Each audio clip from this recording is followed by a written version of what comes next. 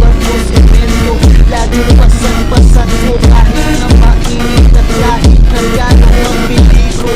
Mababa ang mga tingin sa akin ng iba, dahil ang hirap ang trabaho ko, lumayan pa.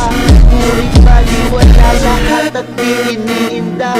Para sa pamilya ay wala nang mas mahalaga. Walang humpay na pagod, tapos kayod kang kayod. Isang